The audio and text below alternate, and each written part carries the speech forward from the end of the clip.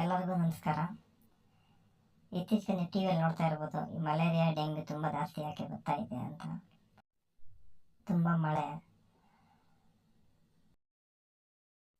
ನಿಮ್ಮನೆ ಅಕ್ಕಪಕ್ಕ ಎಲ್ಲಿ ನೋಡಿದ್ರೆ ತೆಂಗಿನ ಚಿಪ್ಪು, ಖಾಲಿ ಸೀಸ ಇರುತ್ತಲ್ಲ, ಅದರಿಂದ ಸೊಳ್ಳೆ ತುಂಬ ಬರುತ್ತೆ. ಅದ್ರ ಒಳಗಡೆ ನೀರು ನಿಲ್ಲಬಾರ್ದು, ನೋಡಿದ್ರೆ ತೆಗೆದು ಬಿಸಾಕಿ, ಇಲ್ಲಾಂದ್ರೆ ಅದನ್ನ ನಿಮ್ಮನೆ ಅಕ್ಕಪಕ್ಕ ಎಲ್ಲೂ ನೀರು ನಿಲ್ಲಬಾರ್ದು.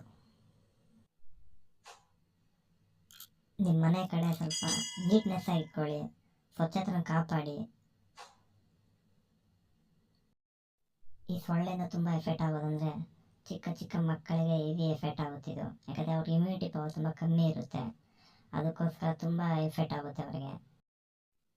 ವಯಸ್ಸಾಗಿರೋರಿಗೆ ತುಂಬ ಎಫೆಕ್ಟ್ ಆಗುತ್ತಿದ್ದು, ಅವ್ರ ಇಮ್ಯುನಿಟಿ ಪವರ್ ತುಂಬ ಕಮ್ಮಿ ಇರುತ್ತೆ, ಅವ್ರಿಗೆ ತಡ್ಕೊಳೋ ಶಕ್ತಿ ಇರಲ್ಲ. ಸಿಂಟಮ್ಸ್ ಕಾಣಿಸ್ಕೊಂಡ್ರೆ, ನೆಗಡಿ ಜ್ವರ ಕಾಣಿಸ್ಕೊಂಡ್ರೆ ಆದಷ್ಟು ಬೇಗ ಬ್ಲಡ್ ಚೆಕಪ್ ಮಾಡಿಸಿ ಡಾಕ್ಟರ್ ಹತ್ರ ಸಲಿಗೆ ತಗೊಳ್ಳಿ.